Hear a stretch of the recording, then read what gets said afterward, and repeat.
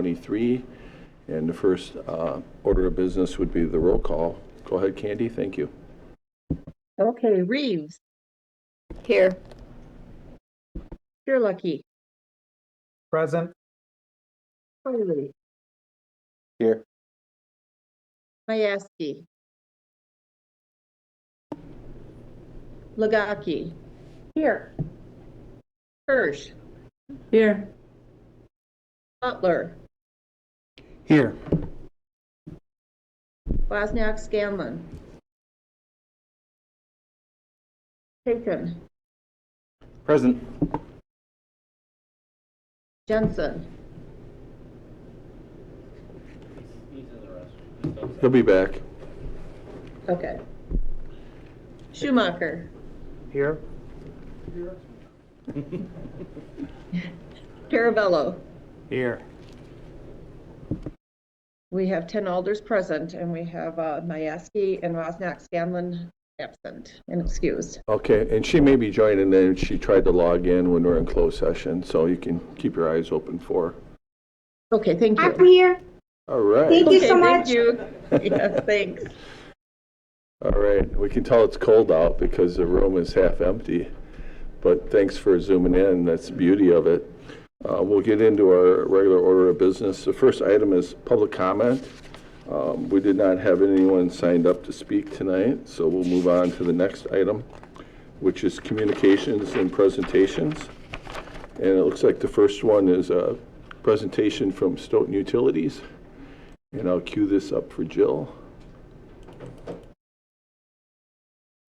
And let me know on Zoom if it doesn't advance. Sometimes I have issues with these PowerPoints on Zoom, so let me unshare it and then share it, and we'll see if it works.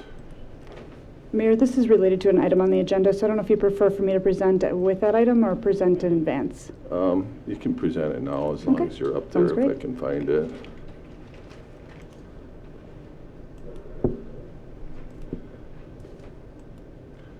All right, can everybody see it online?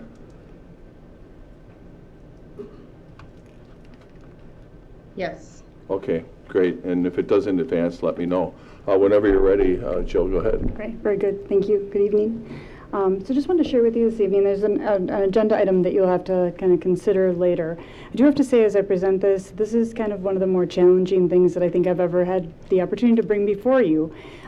Because it's one of those things where I think that there's, I have a recommendation for you, but we don't know all the information. There's a lot of things that I think still will yet be determined. But the unfortunate thing is, because of this litigation, that decision needs to be made now. And it's probably sometime after 2030 that we'll actually know if this was the right decision to make. So basically it's about, I should actually share that. So there's litigation that's being in process right now related to a number of companies, but the main players of those are 3M and DuPont.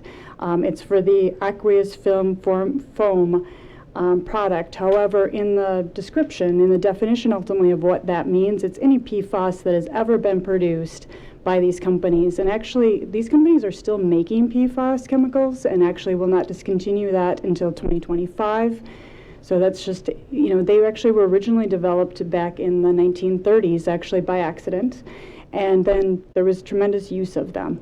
And they've been continuing to be put in products, so like the pizza box that you have, your pizza doesn't stick to that box. It's because of PFAS. The Scotch Guard in the carpet to keep it from staining is PFAS. So these chemicals are very widely used throughout our environment. And back in, I think actually 1955 was the first time that I've kind of highlighted through there was awareness by DuPont and 3M that these chemicals were toxic. But they continue to produce them, they continue to investigate their toxicity, but that's been known for a number of years, and they've been continuing to do research through that to find out that these chemicals are actually very toxic.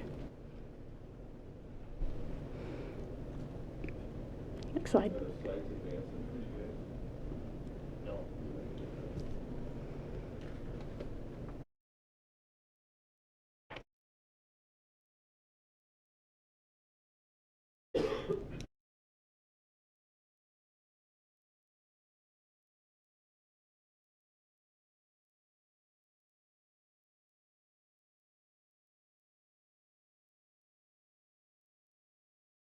How about now? All right. You can just let me know if I go with, if I go from a presentation form, it doesn't advance, but if I'm on the screen I am now, it does. So that must be the distinction there. From the beginning doesn't work. Thank you. So basically, this just highlights everywhere in which these chemicals are used, really in our households. And again, these chemicals are still used in today. So many of the products that we use, like deodorant, the microwave popcorn bag, but they're prevalent throughout our environment. So if we go to the next slide. So in the last, basically, PFAS has become, I would say, much more, people have had the awareness where it's really been more talked about, particularly in drinking water, probably about 2019 or so, a little bit before that, but that's really where a lot of engagement came. There was no regulation actually up until last year, until the end of 22, and at that point in time, the DNR passed for 70 parts per trillion as far as the level in which was, anything above that was going to be regulated. That was kind of an interesting how that all laid out, because there's not been enough research to really determine what is that acceptable level. So since then, they've actually looked at, and the EPA is actually looking at making that 4 parts per trillion, which is basically a drop in 300 Olympic-sized swimming pools. So very little bit of this PFAS is considered to be an acceptable level. They also then are planning to implement a hazard index, and that hazard index is 1. It's a complicated calculation, but it takes in a variety of different PFAS chemicals, takes that information, ultimately does a calculation and determines if it's 1 or more, then you could be under regulation. Right now, we did do voluntary sampling through DNR before this regulation went into effect, so that they were able to do that sampling basically without any cost to the utility. We did find that 3 of those wells have no detect whatsoever, but we do have one well that has 1.5 parts per trillion, and then a hazard index of about 0.37. Again, as far as we look at where are these in the environment, and they're everywhere. Besides the household use that you have, they're, whether they're something being spread on fields from chemical waste, it's just they're everywhere. One of the big ones, and actually Madison has with the Truax airport, they were doing a lot of testing with fire foam, and that ultimately they have a well there that they ultimately closed because the PFAS levels were so high.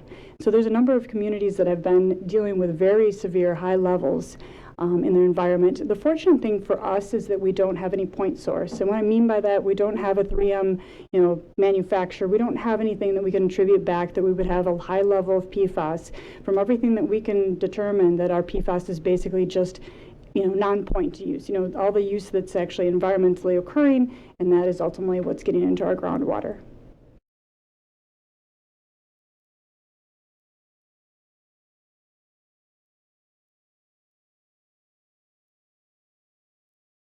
Thank you. So we didn't actually sign up for this litigation. This actually went forward. There was a number of entities that started to put lawsuits against a variety of different companies. There was actually more than 3M and DuPont. Actually, one of them went bankrupt, and so there was no action able to go after that particular company. But basically, 3M is looking between $10.5 billion and $12.5 billion in their settlement. DuPont has a lower amount, but that 3M settlement is the highest class action lawsuit ever in record as of today. Some of the important kind of takeaways there is that it basically encompasses all public water systems throughout the country that have at least 3,000 users. It also looks at if they've got a detect or if they've tested. If you've not tested, you would not be eligible either. If you tested and don't have a detect, you have a decision to make, or actually no matter what, you kind of have a decision to make here. And then basically all the public water systems can opt out or opt in. And the opt out, though, is actually an action that you would take. Opting in is you're automatically in. So basically the way they set this litigation out, but with a settlement, is that you actually have to opt out to be out of it, otherwise you're automatically in. However, there is certain things once you've opted in, we basically have, I think, until December 4th to be opt out. Once you're in, there's a few more things that you have to do to actually, be qualified for the dollars.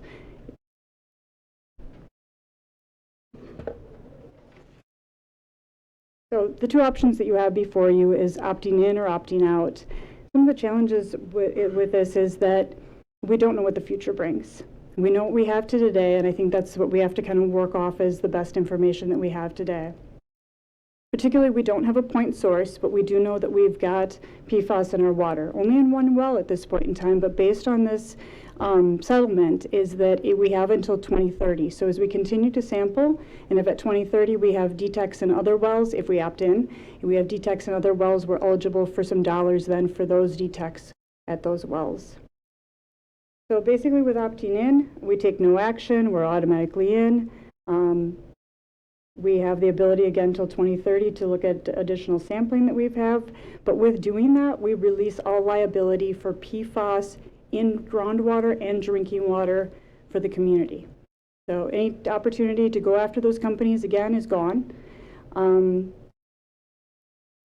The other thing I think with that's important to note is that there are other litigations going against 3M and DuPont related to this. There's the firefighters. There's those that have dealt with firefighting foam. There's other litigation out there related to PFAS that doesn't have to do with drinking water. This would not eliminate you from those litigations. It's just related to groundwater and drinking water. So as we look at that option as far as taking no action and opting in, is that, it eliminates all liability. We've taken that, whatever monies come our way, we accept those. Negative outcome is that basically maybe nothing changes till 2030. We've got our one detect that we've got now. We would get some monies then for that, but maybe PFAS spikes in our community and we've now got 4 wells with PFAS.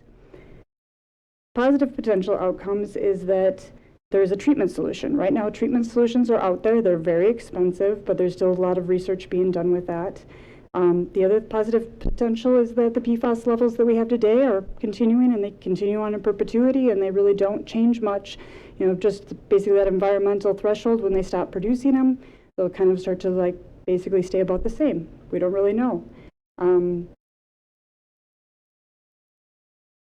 So that's pretty much that. So sorry. So then if we do opt out, if we opt out, we receive no monies at this point in time.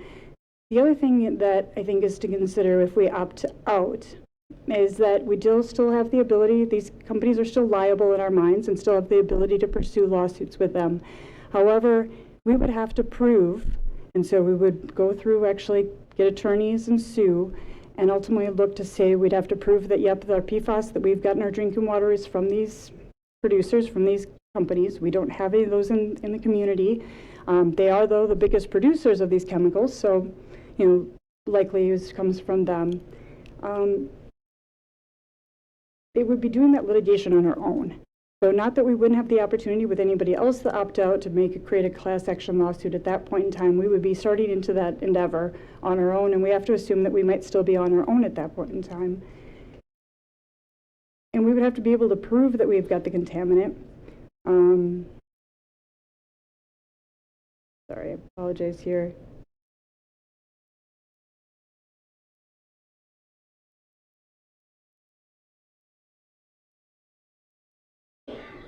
Oh, yeah, sorry, that's lost my train of thought there.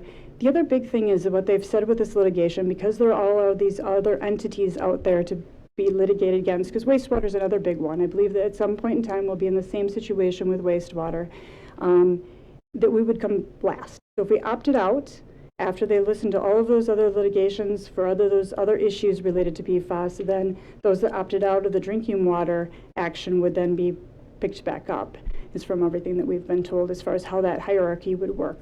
So that's what I have on PFAS, and I my recommendation ultimately is to take the money now.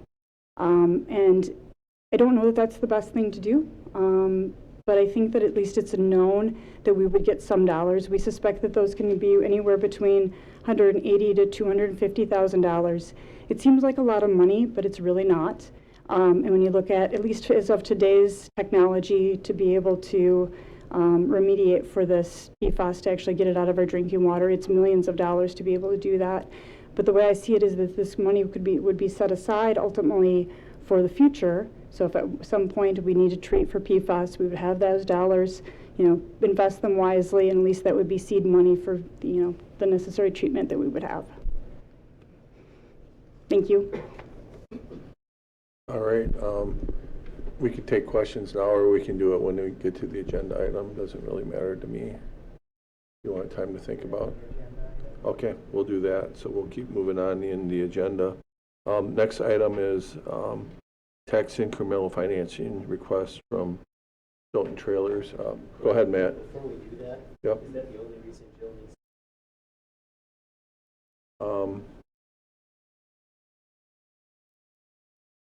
Go ahead. That's your only agenda item, right? It is my only agenda item, but I think there was 2 other items that we had talked about that you thought that I should be here for, so. Yeah. I plan to be here. You're okay? Anyway, so thank you. All right. Yeah, the next one is STI, tax incremental financing. There's something you want me to queue up here, Gary? Yeah, the presentation that I had earlier. What was it? Okay. Good.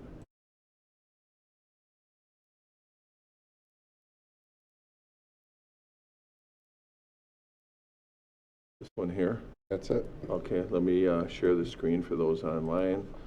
Hopefully you can see it right about now.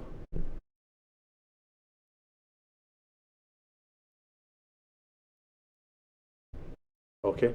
All right. I just wanted to give an overview to kind of set the table before we hear presentations from both STI and Ellers on their analysis.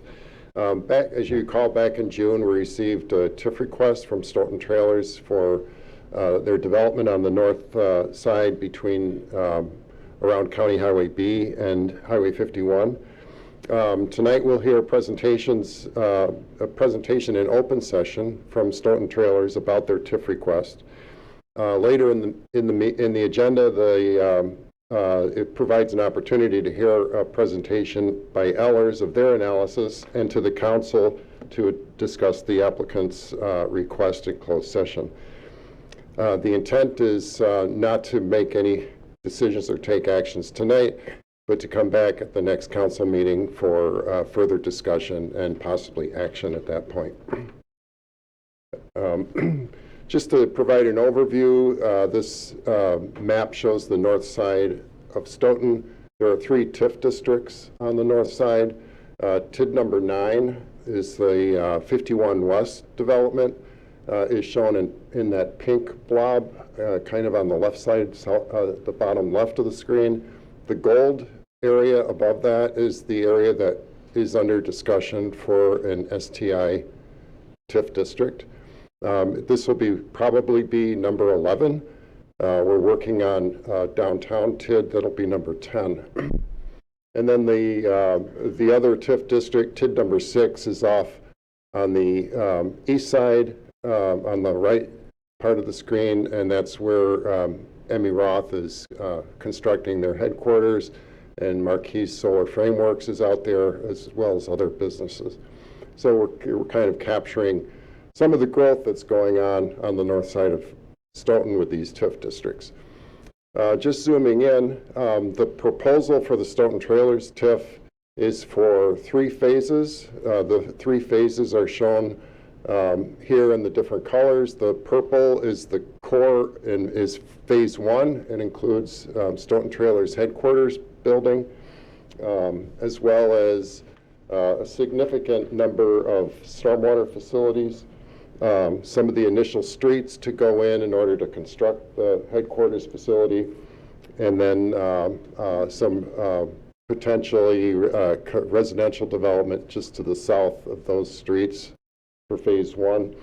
And that phasing would occur or would be built in between 2024 and opening in 2025.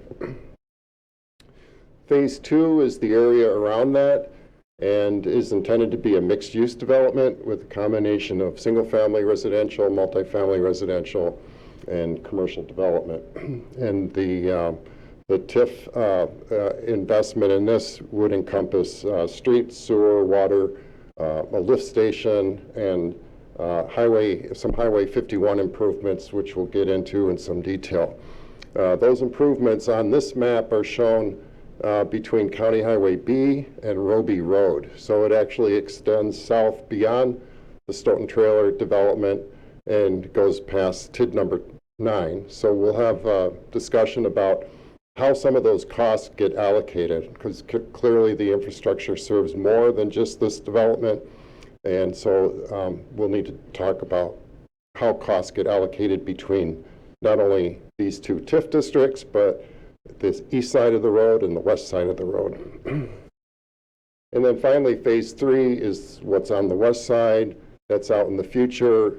We don't have a clear idea of how that development will occur or precisely when, but some of the improvements that are being made in phase 2 will be serving that future development. So there'll be costs about what's the appropriate way of sharing those costs over time and between different areas. So that is a very brief overview. This is going to get very complicated, lots of numbers, and I just ask that you be patient and stick with it. Hopefully it'll be worth it. So. All right, thank you. And then Jason, you're going to share your screen, right? All right, worked well at finance, so.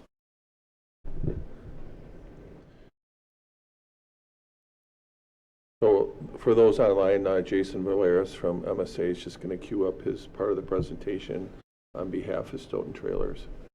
Whenever you're ready. All right, thank you for that introduction. I'll try not to use too many numbers nor be too complicated about it. Covering again some of the ground that Gary just did. Our primary focus right now is 182 acres on the east side of the highway in this area that is the northern gateway to the city. We had a good, well-attended meeting back in February at the school, and feedback from that meeting helped to inform the concept that you see on the screen here that is still the concept that we're working from. This was, I think, back in April, this version, and we've been using this throughout.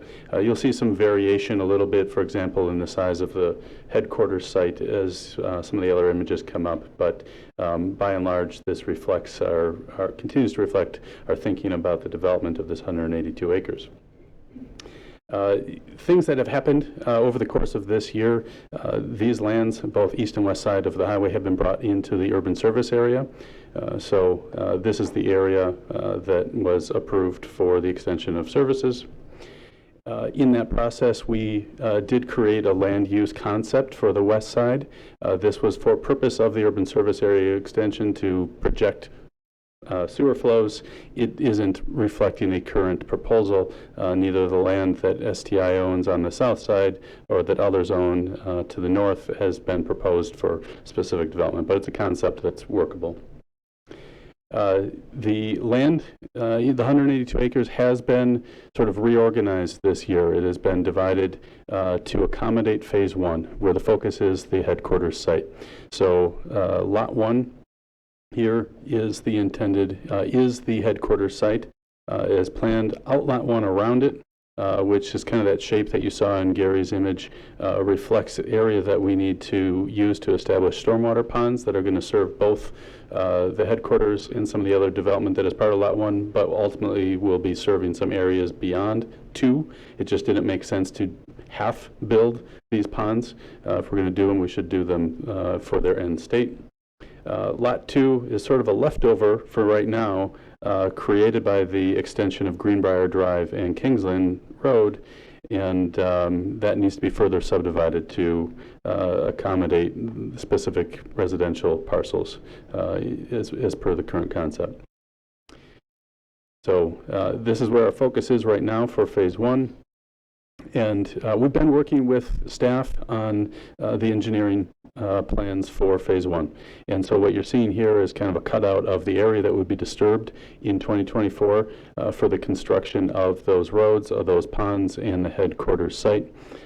Including, extends a little further than the land division because we need to move some soil around to make everything work out here. And we have also, in parallel process, been working with architects on the design of the headquarters site and of the building and the site design for that project.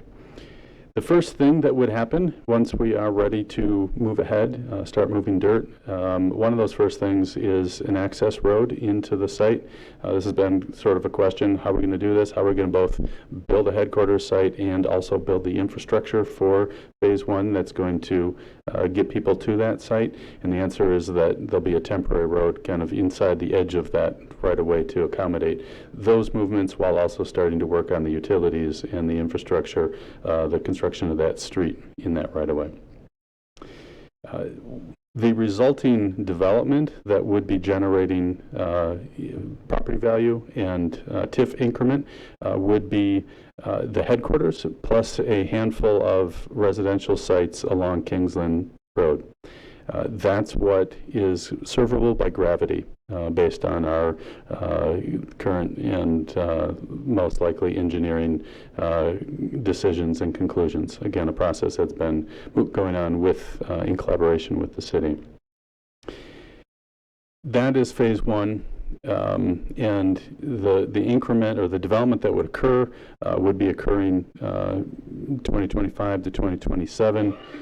Headquarters actually starting in 24, but finishing in 25. So it's a fairly limited area that we're calling phase one for purposes of increment generation. Phase two is everything else. And this is everything that is, we believe, is dependent upon the lift station for service. There's a little bit more to the east of phase one that is gravity servable, but also requires some road construction for Creedman and getting a little further along on Greenbrier. But for the most part, most of this area is dependent upon the lift station. The development that would occur would be 2026 through the next decade. The screen here says 26 to 31. That's kind of our site sales projection with some expected lag in some of the vertical development after sites are sold. Last piece is what Gary referred to as phase three. This is the west side of the highway, and we aren't putting a date on this yet. We have to kind of wait and see what the market is doing, what's happening with the sites in the 182 acres before we would get firmer about saying when development is likely to occur there. Just to put all that into one snapshot of schedule, we're wrapping up the phase one public infrastructure design right now and getting that to the city in December. We're seeking and expecting approvals of that and of some of the permitting in January. And in February, we're hoping to be at either very close to or complete with the TIF creation, the municipal revenue obligation approval, the development agreement, and letter of credit. Those key pieces all kind of fall together as things that are needed to get everyone on the same page about how this is going to work. With that in place, we can start moving dirt in March. The headquarters gets underway in April, and we would be done with the infrastructure by fall. Headquarters would be finished. It'll take about a year. Headquarters will be finished in the spring of 25.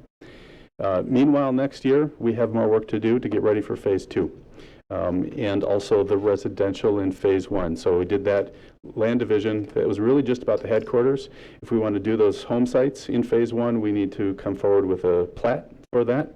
And so we're talking to developers right now to kind of confirm what the interest is, what types of lots are of interest, and so we'll be coming forward in 24 with a plat for phase one, and then later in the year the whole rest of the project, phase two. 25 and 26 would be construction for Phase 2.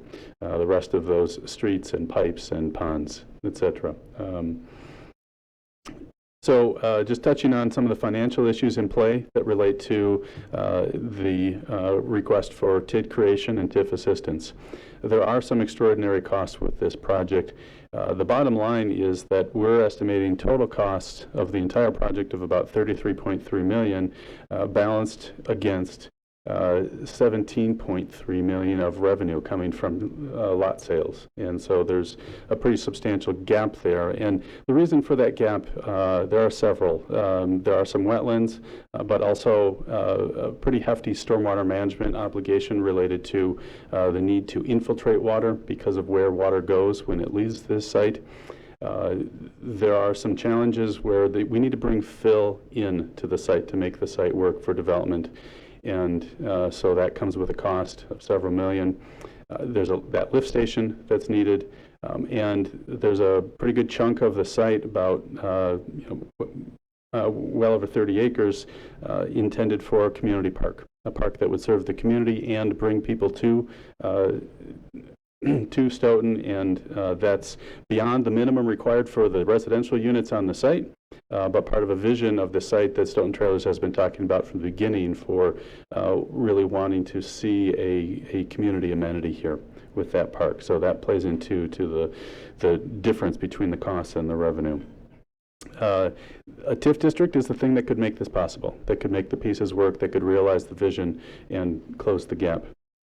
The way we see this playing out and what we are proposing and asking for, I described Phase 1.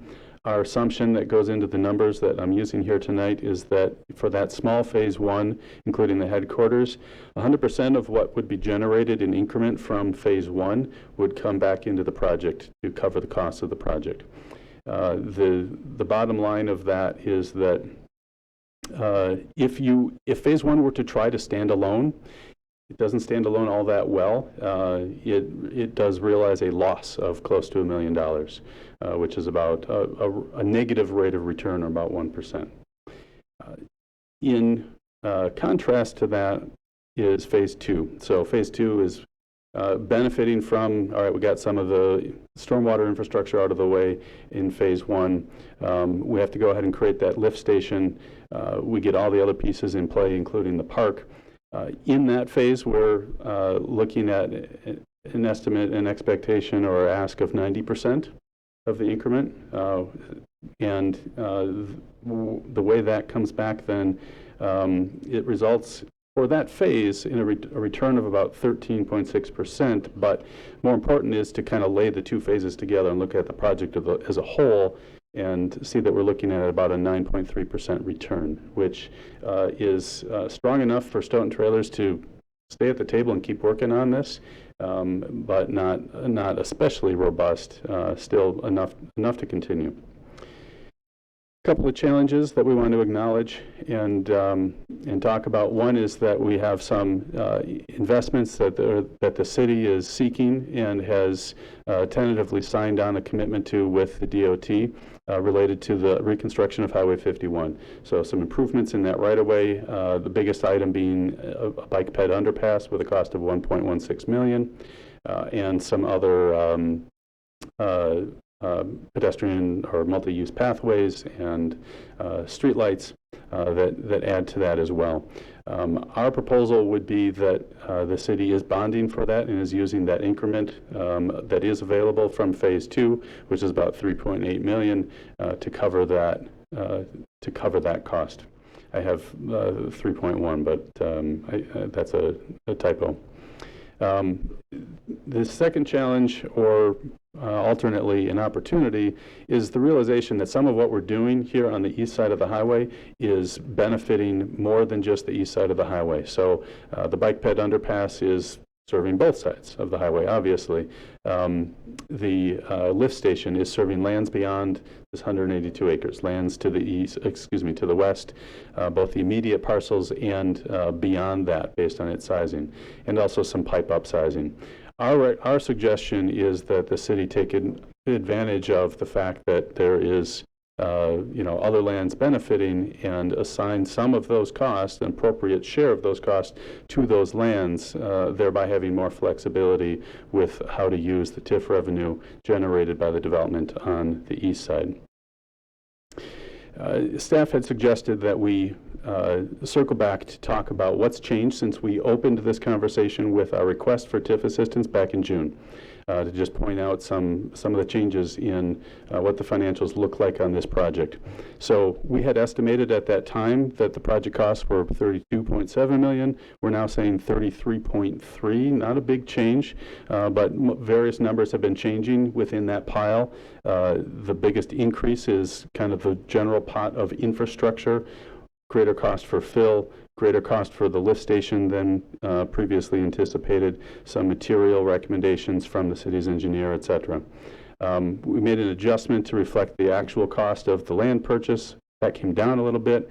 Staff recommended park fees, which we had included as something that could be covered by TIF, should come out, and those can be paid by developer or buyer at the time that units are created. So those came out too. So we're around the same place on the costs as in June.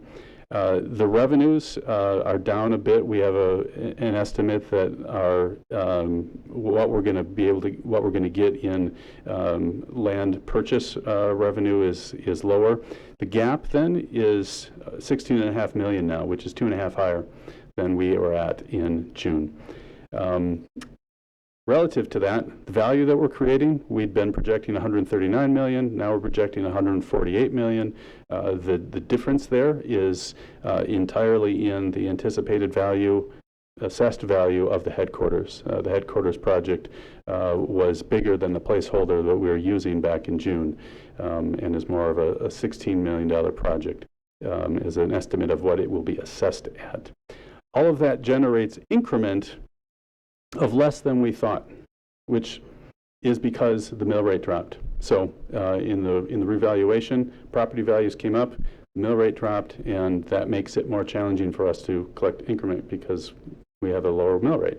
So instead of $43 million, we're now looking at $38 million. Of that increment, in June, we were looking at an assumption of 80% capture to get the project built, resulting in about $34.8 million.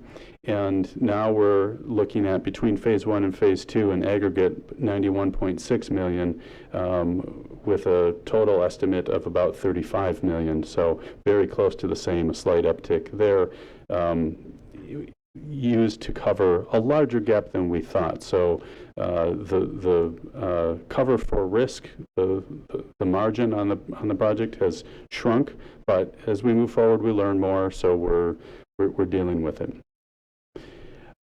What we asked of finance tonight, and what we're asking of you ultimately, first is to direct staff and your consultant to go ahead with creating that TIF district, or to get that process going. We also ask for work on the development agreement. We think that's actually already happening, but clarity that you'd like that process to proceed. It is our suggestion that you take advantage of that opportunity to capture costs from the land that benefits from it. And so if you agree, we would ask that staff work on that so that that tool is available in the mix here.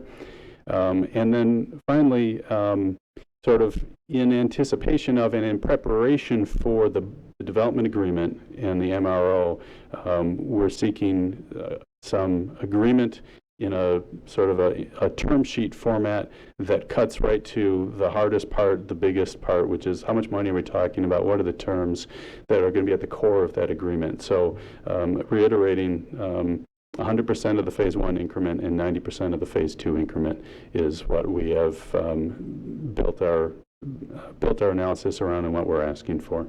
So that is it. Thank you. All right, we would open it up for any questions. What's unique about tonight is we have several items that we're going to talk about in closed sessions. So we can have a conversation now, and then we'll park it and come back and have a deeper conversation. And if we start getting into a territory, I'd defer to the city attorneys to let us know if we should save those questions for closed session. Did you have any comments, Matt, before we get started? I had one question that I didn't ask when you were at finance, but I want to ask now because your presentation is addressing your request for both phase 1 and phase 2. At least at the staff level, we are focused on phase 1 only in terms of the level of TIF support that would be at issue. Is that consistent with your thinking? You're providing phase 2 for informational purposes at this point, or are you expecting that the development agreement that we're working on will not only address phase 1, but also make a commitment as to TIF support for phase 2? What is your expectation? We are seeking some sort of commitment relative to phase 2. We recognize that it has to be more general on many aspects, and that I would expect that there needs to be some kind of revisit, update mechanism in place as we come back with all of the details. We learn more about the costs, but it is more than informational. We are seeking an understanding that if it looks the way it looks, that there's agreement that 90% is agreeable. I'm not sure what that means, so we'll probably need much more clarity from you as to what you're seeking on that point. If the project looks like this when we come back for the development agreement for phase 2, we want the confidence now that there would be concurrence that yes, 90% of the increment is available. And I'll need something in writing from you guys explaining. Right. Well, that's what you're we're looking asking you for in creating the development agreement. So yes, I mean that's the process Well, that I'm we're here- walking into. Well, all right, we'll talk more about that later, I suspect. Alderperson Reeves. Just a follow-up. So with that being said, what's your commitment as far as your commencing phase 2, as far as a date? So our intended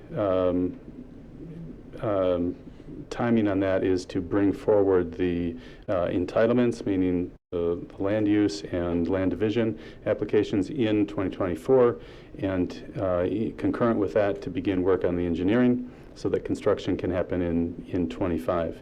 As I indicated, phase 1 by itself doesn't look good, and so this is a developer-financed project, developer-financed TID, and STI is, if launching into this, is committed to the whole thing because the financial arrangements depend upon it. So moving it forward as quickly as feasible. Well, just back to my question then. So when you say if it looks like you're presenting timing, development assumptions, if everything you're presenting today matches up with what you present a year from now, you're essentially asking us to prepare a framework for an agreement that may be negotiated a year from now, and agree that if we enter into an agreement that looks like that a year from now, you're essentially asking us to do an agreement for phase 2 now, is what I'm hearing. Yes. And I'm not sure we're prepared to do that. So I guess we need to know if that means that's a deal breaker. We need to know that, because that is not the position that I've been working with in any of my discussions with our financial consultant and staff to date. So we're going to have to go back to the drawing board in a serious way if that's a deal breaker. So I'll need to know that before the next council meeting. It's an interesting position, Matt. Yeah. And I guess I would just follow up and see if Keith, if you have any questions from your end on what you would need in order to have that conversation.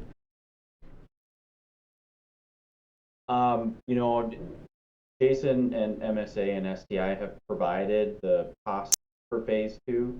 So I mean, we have what we need, we have what we would need to do the review a year from now. It just comes down to the development agreement and the comfort level of the city as far as agreeing to something that's going to happen in the future, and things change based on market conditions. I guess I should clarify that, there's maybe a distinction to be drawn here between the development agreement and the term sheet.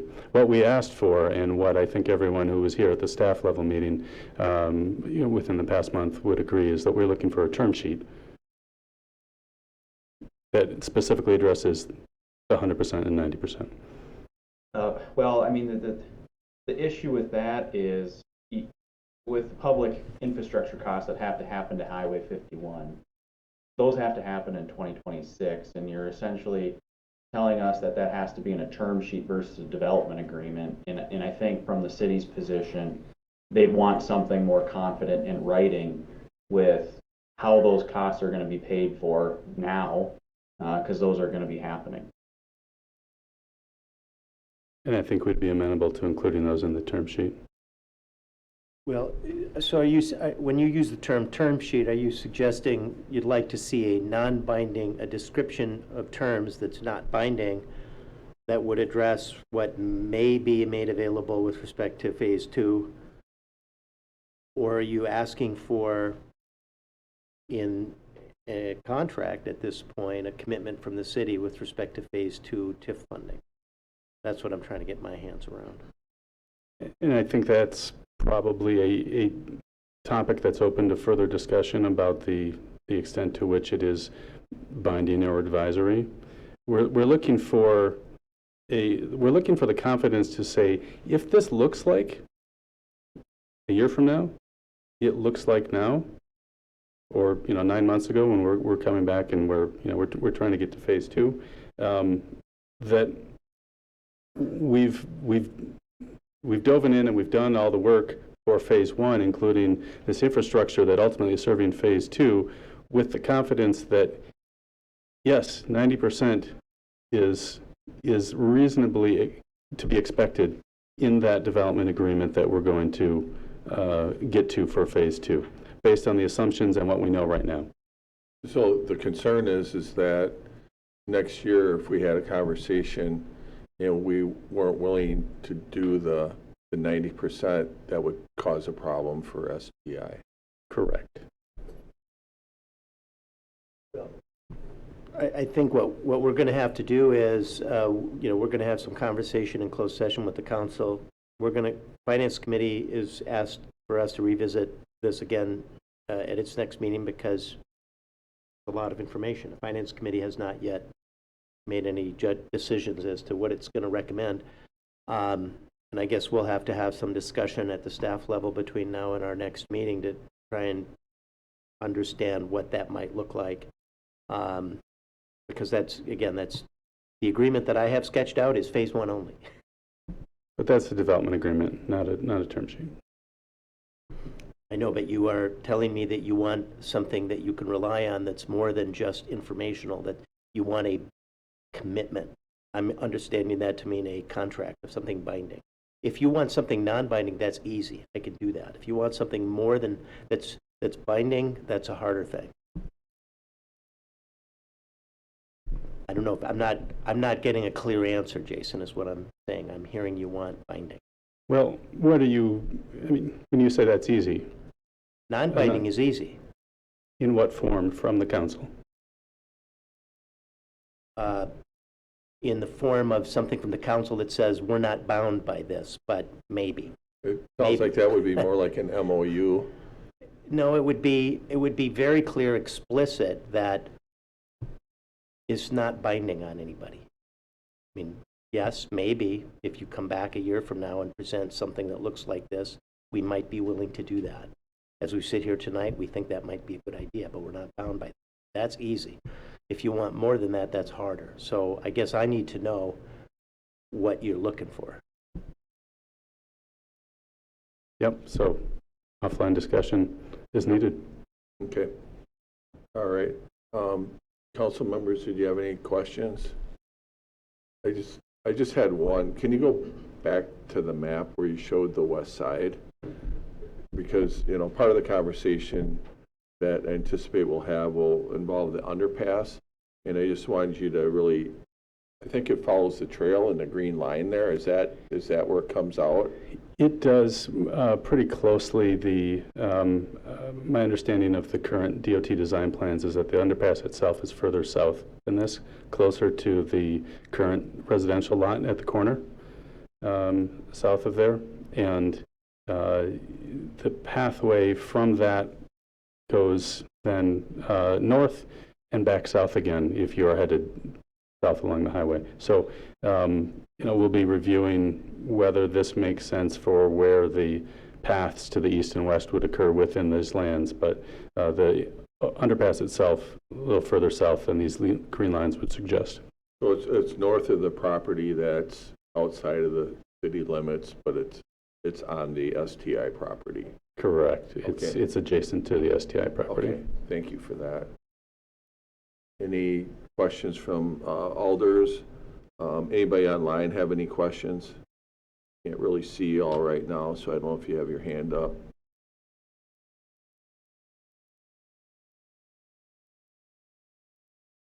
Okay, no questions online. Anybody in the room?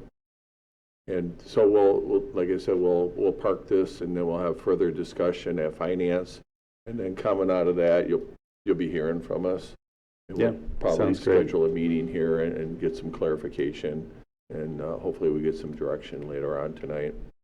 Terrific. We appreciate the dialogue. Thanks for being here.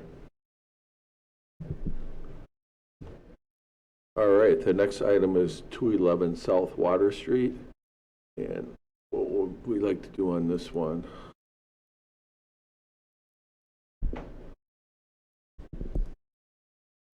You guys want to start? Yeah, would you be able to pull up the PowerPoint? Thank you. I just want to make sure. I'll try to be brief, as I know most of you have seen a lot of this already. Yeah, I just don't remember where it was. Is it? Oh, here it is. All right, let me just share my screen, and then we'll get you started here. All right, thank you. I have some in the packet and some on my desktop. I'm going back and forth, so No worries. bear with me. All right, folks online, can you see this? Yes. Okay, thank you. Go ahead. All right, as most of you know from the rezoning conversations, we're looking to convert the current industrial warehouse use of 211 South Water Street into 18 naturally affordable multifamily units. The one thing that's changed since then is we've engaged a consultant to get us through the historic preservation tax credit process. So essentially that tasks Justin and I and our team to retrofit this building back to its form when built about 100 years ago when it was the Model A factory. So the exterior will look just like it did when it was originally built, all brick, storefronts along Water Street, aluminum and glass windows and storefronts. That isn't a rendering of our building, but it'll look very similar to that with a lighter tone brick. And then interior, we're gonna keep as many historic components as we can. The interior brick, the current concrete and wood flooring, and then add some Class A amenities that you'd see in a normal multifamily project. So it'll create a very, very historic, very unique asset to the downtown district. The reason for TIF on the next slide is a combination of a high interest rate environment, a high construction cost environment, and tightening credit parameters from most of the banks that we'd be going to for construction financing. The gap without TIF support is insurmountable. It was about $750,000. With the TIF support as presented from Finance Committee and Ellers, it would leave us with a shortfall of $300,000, which is still a big gap. However, we're exploring a lot of other solutions that we believe with the TIF support will allow us to move forward with the project. Some of those solutions, as I mentioned, was the historic preservation tax credits. We have hired a consultant that's underway. Justin and I are deferring all development fee back as equity into the project. My dad is the current building owner. He'd be deferring some building land purchased as equity into ownership of the new entity. And then we've also partnered with a preferred equity partner to kind of fill the remaining gap of equity needed for the project.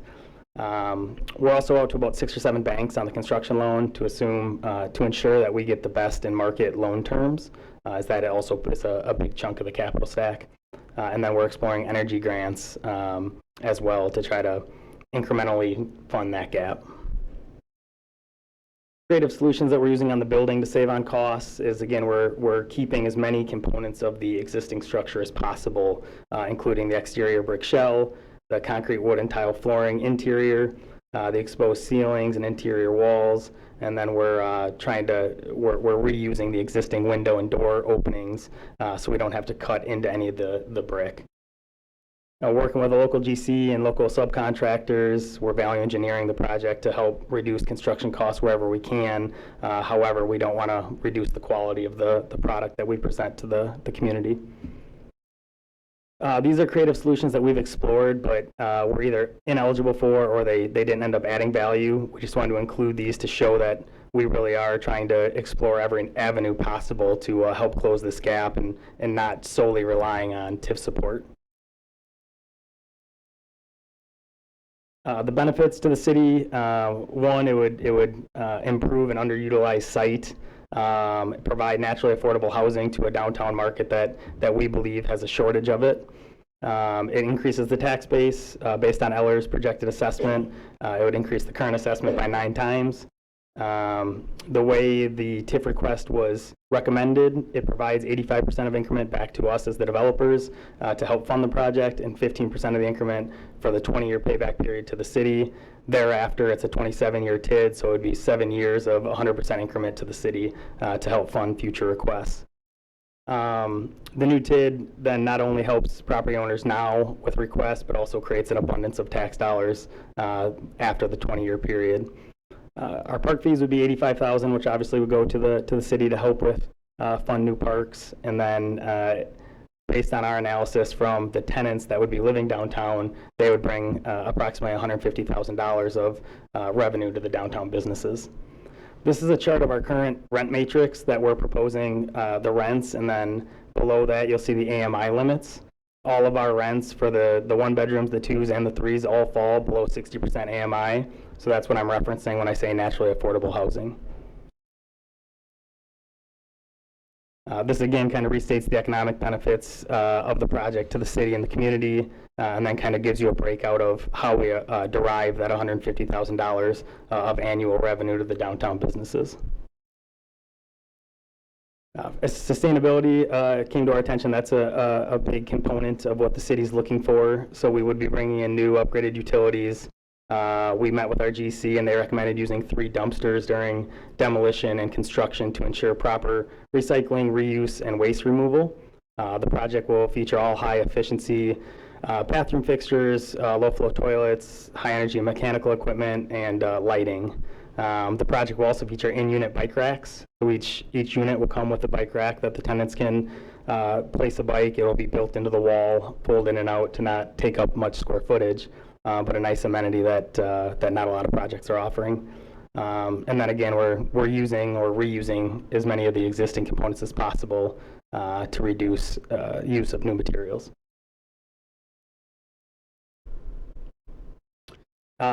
Just would like to throw this in there. Justin and I are born and raised here. This is my dad's project. He's owned it for 30 years. Kind of us enabling us to do this would create a legacy for him that he can leave behind something to be proud of, and then supplies a lot to the downtown and community as a whole that Justin and I can be proud of. So that's kind of what I got. All right, this is another one that we're going to park, so if you have any questions, now would be the time to ask them. I just have a comment, if I may. Yep, please go ahead. Sure. I guess what I really like about your proposal is that you really took to heart what we meant by TIF and sustainability measures, that if you're asking the city for TIF money, you know, really took that to heart, and I really love your design and everything that you're doing for sustainability. And you know, I think it's going to be great. We just have to figure out how to get it going. Thank you very much. We really appreciate that feedback. Alderperson Schumacher. One I didn't think of earlier, Yeah. but going along with Regina's point about sustainability, How are you going to heat and cool those units? They're not magic packs, it's forced air, but it will be a centralized, a forced air HVAC system. Okay, thanks. Yeah. Any other questions? All right. All right, thank you. All right, the next item is the Cromwell Court Parkland. This is another one that we potentially might talk about in closed session. And we had some action that was taken at Park and Rec Committee, and then we shared that information with Forward Development Group, and I think Connor's are here tonight to kind of give us their take on their proposal and kind of where we landed at Park and Rec, and hopefully come up with a way to move forward. Thank you, Mayor Swadley. Connor Kearney here with Forward Development Group. As you'll recall, I believe it was the mid-October timeframe, the site plan approvals were granted for 96-unit multifamily developments in Kettle Park West, located on Lot 27 in the back half of Lot 15, which is the Hilton Hotel site. That process was actually started back in the March 2023 timeframe, and the rezone eventually approved in the mid-September timeframe. So been working at this a long time and really appreciate all your feedback and guidance to date to get this project where it's at. A key part of those approvals was how parkland dedication was going to be handled. The previous plat for Kettle Park West, and specific Lot 27, was zoned for multifamily development. It's approximately a 2.4 acre parcel, zoned MR10, so 10 dwelling units per acre. We had accounted for 24 dwelling units of parkland with the original platting process of Lot 27. The approval of the 96 units as part of the site plan resulted in a gap of 72 units that needed to be accounted for. And in working with the constituents, staff, it was determined that the main motivations for the city did not lie in fee in lieu, but rather additional parkland dedication. We share that same goal. We've been working to accomplish that and have made progress on that front. We have come to terms with a third-party landowner. We are working on the agreement currently, and we're prepared to purchase and dedicate 2 acres of parkland to the city. The requirement for those 72 units is 1.68 acres. We're proposing to dedicate in excess of what is required by ordinance in order to allow some flexibility and timeline for this project to get started. To accomplish that, we need to go through annexation and a certain entitlement process. The intent would be to submit in January an annexation request to DOA, which has a 30-day review period. During February or early March, that annexation ordinance and the CSM would be submitted to Plan Commission for review and action. If approved, the ordinance would then be sent to council for a first reading, and then a final reading and action would be taken in the April or May timeframe. Recordation of the parkland dedication CSM and release of the fee in lieu would occur in that late April, early May timeframe. Now, because of this project starting earlier in the year, the original intent was that we would have been under construction in the August-September timeframe. And due to various factors, we needed more time in working to massage the plans, changed from a GDP to conventional zoning, and that's all delayed the project slightly. And it's very crucial that this project start yet this year. So what that's done is this annexation process that needs to occur for the parkland dedication is unable to happen prior to recording the CSM that would allow the construction of the multifamily project to start. Now, the entitlement schedule, we're hopeful that we could accomplish the annexation of the parkland dedication at the same time. We're working through the project site plan approvals and the GDP originally, which turned into the conventional rezoning. We were unsure if we had a project that was going to be approved, so that process did not go through it concurrently. We worked hard to get the project approved to where it's at, and now we're working to address that as quickly as we possibly can. But any further delays past 2023 in starting this project severely impacts the viability of moving forward. Equity and debt financing have been procured. Capital markets these days is very difficult to procure those terms that would allow a project of this size to move forward. Construction contracts have been negotiated, material procurement's been finalized, construction costs are supported by the project. All these balls in the air are ready to move forward, and any further delays severely jeopardizes that from doing so. So what we had proposed for the city to consider was essentially an identical process to what was previously done in Kettle Park West at the Senior Living Project, in that a fee in lieu for parkland dedication was deposited in escrow, and we work post-closing to dedicate the parkland. Once the parkland's been dedicated, the fee in lieu would then be released from escrow, and if for some reason, due to uncooperative third parties or otherwise, that the parkland dedication could not occur, the city would retain the fee in lieu. Now, we understand the city's position that land dedication here for parkland is more important than the fee in lieu, and that's what we're working hard to achieve. But due to timelines, we're asking that this proposal be considered as well. And the city came back and, as you're aware, had been in discussions with modifying that proposal, what may be acceptable to council and Parks Department. And there were two items that were presented for our consideration. And the first was, in order to allow the CSM to get recorded, the city was contemplating or asked our feedback if we could deposit twice the fee in lieu required by ordinance. And it's really the intention to really motivate us to get that parkland and dedicate and move this project forward. We were unable to do that. The project owners, this is financed, different partners, separate from FDG, the project cannot financially support twice the fee in lieu. We understand that would be released upon the dedication, but if for some reason it didn't happen, the project could not move forward with that financial burden of twice the fee in lieu. The second item that Mayor Swedley had referred to that Finance had discussed was the dedication of existing single-family lots adjacent to the parkland that is there right now. And the concept that was asked of us to consider was dedicating 8 lots that are adjacent to the existing parkland. And we have evaluated that request as well, and that would come to an approximate $800,000 value that would be contributed on our part. These lots are improved, infrastructure's installed.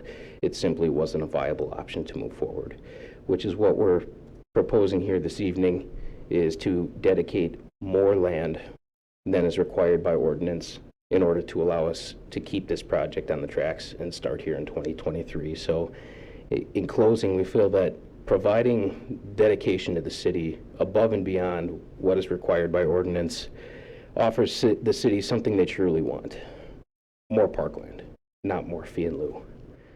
We're prepared to get the multifamily project underway. We look forward to delivering a project that the city finds as a welcome addition to the community, that adds additional increment generation to the TID, well above and beyond the original plans for Kettle Park West. In turn, we sincerely ask that council consider what we believe to be a fair request to allow the project to proceed. I'm happy to answer any questions or any comments, and we're more than happy to stick around for the latter half of the agenda. We do understand that you anticipate closed session, but we'll take any guidance that we can get from the group here, and we're happy to stick around. So thank you for your time. All right, thank you. Go ahead, Rodney. I just want to have one clarification. Was your proposal to still escrow fees in lieu of initially until the time of the annexation, or until a date certain? Correct, yes. And what is the date certain that you would be seeking, or feel comfortable that the annexation would be finalized? We'd be open to a date that we feel, in working with staff, is mutually agreeable based on the entitlement schedule. I know our legal counsel's been working with the city legal counsel on a date they specified by the end of the year next year to get this all wrapped up and finalized. We'd like to move that through quicker, and we fully intend to do so. So we'd be open to moving that date up if that's something that the city feels strongly about. But it would be predicated upon the entitlement process. Okay, and just for clarification, if for some reason that you're not able to close on that land, then what happens? The city would retain the fee in lieu. Yeah, and I think we're kind of back to where we didn't want to be on that, and I can let others speak to that, as we were looking for something above and beyond that, hoping that ultimately we get the land. I think that's everybody's goal. But we really wanted to have enough in place there to really give you even more incentive than you might otherwise have to get that nailed down. So, you know, I'll let others speak to it, but I think that was kind of our position when we, you know, started talking about the lots. I certainly agree dedicating 8 lots is an extreme value. Plus, you know, I drove out there the other day. There's a brand new road there, and I don't really want to be patching a new road because the sewer, water, and electrical are all there already, and there would be a cost to remove that as well. So I certainly understand that portion of it. And I guess I'll let others speak to it or ask questions. President Hirsch, go ahead. Sure, I was wondering if you guys could throw up a map of the area because, you know, saying you're gonna dedicate more and beyond, it'd be nice to know where this land dedication is and have everybody able to view that. And and if you could explain to the rest of the council of what Park and Recs had recommended, et cetera. I think that would be a better help and people having a better discussion and idea what's actually going on. Yes. So the Park and Rec had requested that their recommendation is take the money, and instead of the money in lieu of it, is to take the 8 lots here that are north of the park here in yellow that run adjacent to Alpine Run, and those lots are approved and improved. So this is the lots that are in question here. These are actually in the packet, so if you can't see the screen really well, you can see them in there. So you can see, you know, we have the brand new road. You can see that the electrical boxes are there and all the sewer and water has been run there. And, you know, initially we did have a conversation about these first 2 lots here. But when we went to Park and Rec, they recommended all 8 lots. So those 8 lots are the ones that are north of the park here.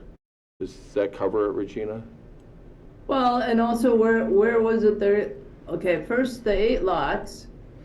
And you gotta remember those 8 lots cannot be developed until the, Oak Opening goes all the way to 138. So those lots are kind of bound until, this is in the developer's agreement for KPW, that because we need another access to 138, those lots as well as anything, I can't see that road, anything below, I think it was at Aspen, cannot be developed until Alpine. access road is there. So we don't know if that's ever gonna happen. And 2, what the land that we really want is the land south on this, that wooded area. You know, but that's not in negotiation. So we don't know, I don't know where he's talking about the 2 extra acres. Are they on the western edge or on the northern edge? They're on the western edge, and I believe in the rezoning application, I think it was attachment D or something, it had a location. So like map. right here? Correct, yep. Okay. I don't know if you guys can see that online. So it would be Yeah, we can see that. yeah, so it'd Yes. be an extension there is what you're proposing, 2 acres instead of the, I think it's 1.68 or something. Yeah. Yep. But it kind of gets back to the initial point is, you know, how are we going to make sure that you actually end up dedicating the 2 acres? Right. It's in our best interest to dedicate the land. From a financial perspective, it's in our best interests. We've been working hard to do so. We have an agreement verbally with the landowner. We're working over the course of the next few weeks to memorialize that in writing. You know, it's a simple question of timing, really, is the predicament that we're in. In a perfect world, we could have had the CSM and annexation of this parkland running concurrent with the project, but due to the delays with the project and having to switch the application to the rezone, we're unable to accomplish that. So it's just a matter of timing, really. And if, you know, if we're not able to address the timing here and get something started, there's a very real possibility we'd be discussing the dedication of 0 acres without So- a project. If we're getting into a memorial, what does that mean? Is that a contract for the purchase of the land? And I imagine Purchase there's agreement, some yeah. contingencies on it. Is that going to be enough to satisfy that it's going to close and we'll get the land, I guess is the question. Well, I guess, and I'd like Rick's input on this if he has more detail, but what action specifically do you need the council to take to do what you're asking, to achieve what you're asking? Would be one question I have, and then Rick can weigh in on the mayor's question. Yeah, so basically the way that the rezone was framed is it won't be effective until the parkland's actually dedicated. So the project can't move forward at this point because the rezone is not in place until the parkland is actually dedicated to the city. So, having the contract for the land that's not quite satisfying that condition at that point, it wouldn't be until ownership is actually transferred over to the city. So the rezone condition included some discretion to the city to say, if you wanted to accept fees in lieu of, you could, but it's in your sole discretion to do so. The presumption was that the rezone would not become effective until the parkland was actually dedicated. So Rick, what action would the council have to take? Would it have to adopt a resolution saying that with respect to that particular rezone, we're willing to accept fees in lieu? Yes, so okay. So basically, if we get direction on which way the council wants to go, we can draft a resolution to say the condition will be satisfied upon, developer providing the fee in lieu of and dedication of the lots or dedication of these other lots, whatever the council decides direction it wants to go. We would memorialize it in some sort of resolution saying that the condition is satisfied upon some event happening besides the parkland dedication that was originally proposed. And so where does that leave us tonight? You're looking for the council to decide whether to direct you to prepare such a thing and bring it back to the next meeting? Correct. Yeah, we had that conversation, do we draft something? But we really don't know what the council wants to do. So, there's some boilerplate that would be in there, but at the end of the day, we really need direction from the council to draft it.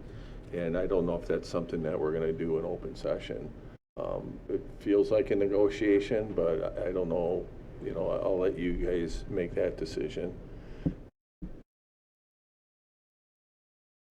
Yeah, I mean, basically, we do have the option for closed session. There is sort of like this, there are competitive reasons, right, where the city, once we get to that discussion item, there are competitive reasons that the city could go into closed session to discuss what it might be willing to accept. So, once we get to that item, we can potentially go into closed session, but it's certainly something that the city could discuss in open session as well. All right, President Hirsch, do you still have your hand up, or do you have?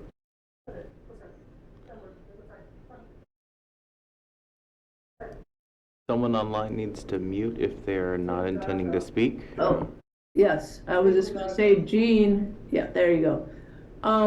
I was just concerned that, it seems like, the recommendation from Park and Recs is being overlooked. And I know the developer doesn't agree with it, but again, there's not any assurances that the parkland will actually be dedicated before they start development. And I guess that was the whole problem with Park and Recs committee, is that there isn't any assurances, and we're not really happy about that, and we don't want it to be defaulted into fee in lieu of. So I think we need to come up with a different solution than just this default, like, oh, well, we couldn't get it, so we're just gonna pay you the money. That didn't sit well with anybody on Park and Rec. So we need to come up with something else. And can we be enlightened as to what the fee in lieu of amount is that we're talking about? Yeah, well, I think it was like $150,000, if I remember right, off the top of my head. The original one. Yeah, 139,740. Is that what? Sounds To be better exact. than- Okay. Did you catch that online?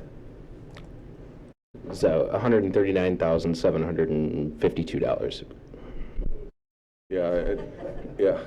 My concern, and, I certainly want the parkland, but I also want to make sure the development moves forward, and I think that's why we're having the conversation, to see if we can end up in a place where we can go ahead and get this project moving, because, it does create additional housing, which, there's a huge need, not only in Stoughton, but in Dane County. We've talked about it ad nauseum.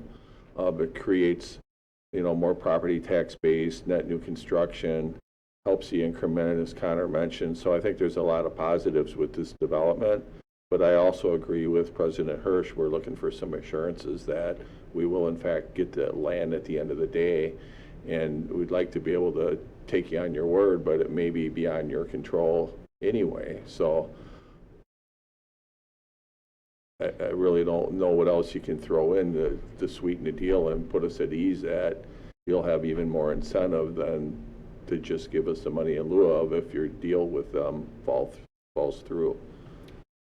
Right, and our intent is not to have the fee in lieu as the solution. It's a worst-case scenario backstop. We're happy to provide certain assurances to the city and the city's legal counsel that we, in fact, have the land under contract to close.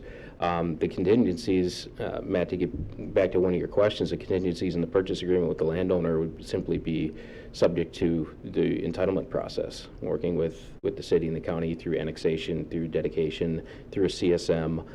Those would be the contingencies in the purchase agreement. So really to get to the closing table with the landowner to dedicate those two acres is less of a concern to us. It's really just a process, process and timing issue that we're dealing with.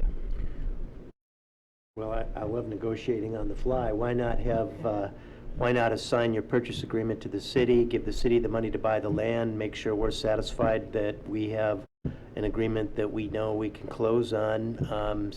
Because if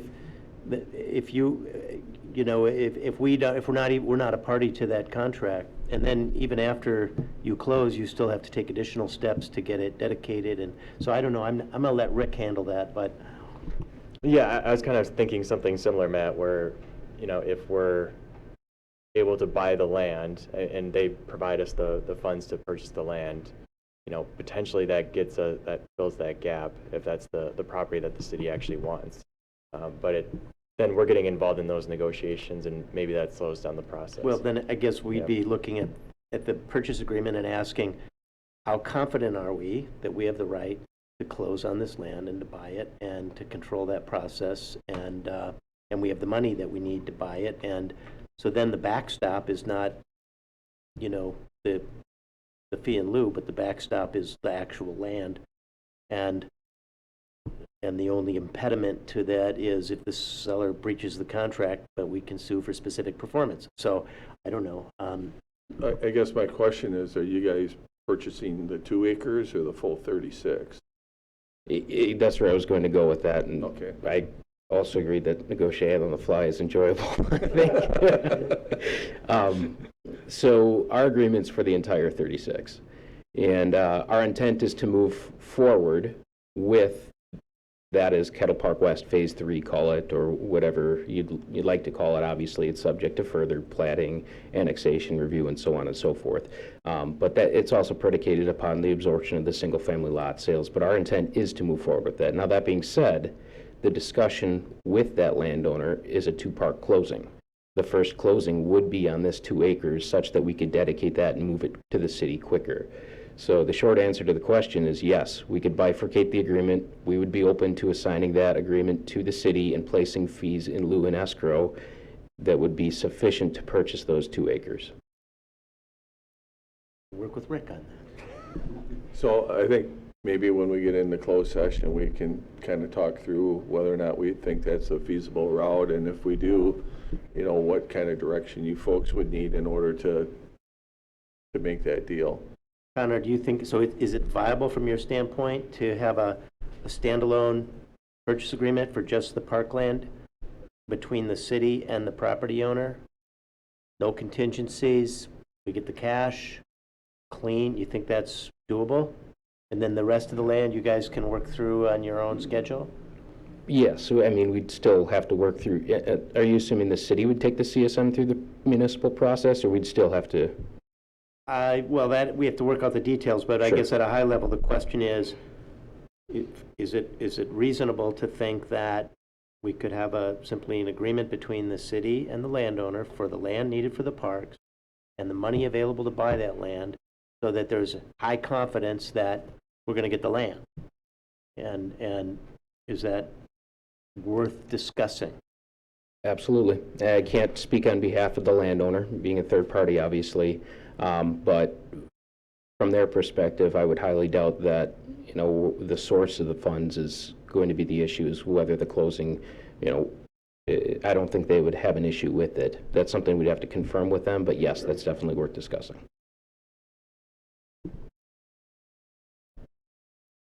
Anybody else have any thoughts? Okay, I guess we'll reach out to you tomorrow and let you know if we're going to move forward with something. Yeah. All right, thanks. I'm for happy to being hang here. around until midnight or later, wherever it takes, but if you think it'd be best in closed session later, we can take off too, so whatever you guys think.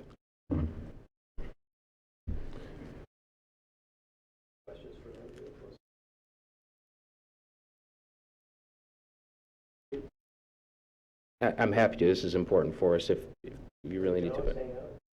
We can come out and get you if you're sleeping. I'll be on call. You have my cell phone. All right. All Make right. sure somebody over there has your phone number and. Yeah. All right, thanks for being here. Really appreciate the consideration, everybody. All right, we'll get into our regular agenda. The first item is the consent agenda. I would entertain a motion to approve the consent agenda. Second. Motion by Jensen, second by Alder Reeves.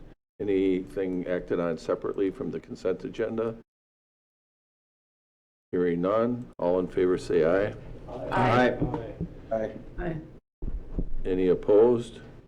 That motion carries. There's no old business, new business. R183 of 2023. Looks like we have a bunch of items from Finance. Alderperson Schumacher. This is R183 of 2023, a resolution for the irrevocable standby letters of credit regarding developer agreement with Eldon Land Development LLC for Magnolia Springs Development. I so move. For a second? Second. Second by Alderperson Reeves, Alderperson Schumacher.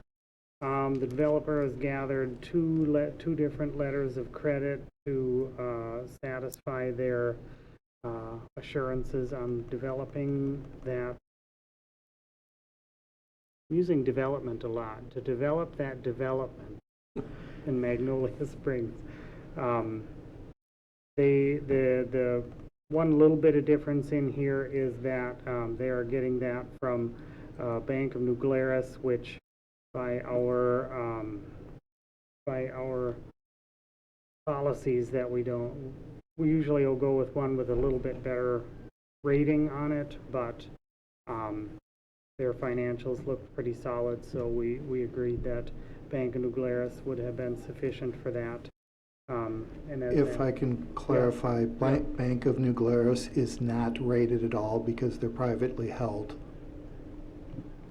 And then we've taken it up as an action item to look at that policy specifically, so that we would, because Dave has said, what are there, one or two entities in the state that could qualify for that? So we'll look at the qualifications at a future time. All right. Any questions or comments on this one? Hearing none. All in favor say aye. Aye. Aye. Aye. And any opposed? None opposed. That motion carries. Next one is 184, and that also came from Finance. This is R-184 of 2023, a resolution of a declaration of official intent number 01-2024. So moved. Second? Second. Second by Peyton. Alderperson Schumacher. Something with from the U.S. Treasury Department and something new from them. Just saying that this is what we intend to do with our borrowing. Anything you want to fill in, Director Engler? The direct declaration of official intent is basically saying we are going to reimburse ourselves with bond proceeds for things we've already paid for. We've actually been filling these out for several years at least, but it's been signed by the finance director and mayor, but the resolutions to adopt the budget did not specifically give authorization to sign that declaration of intent. So here we're just codifying it so that we're doing it going forward in the budget process. All right. Thank you. Any questions or comments on that one? Hearing none, all in favor say aye. Aye. Aye. And any opposed? None opposed, that motion carries. Next one is R-185, Alder Schumacher. R-185 of 2023 is a resolution for the library special gift fund restricted fund balance. And I so move. Is there a second? Second. Second by Alder Reeves. Alderperson Schumacher. The library intends to use their special gift fund balance.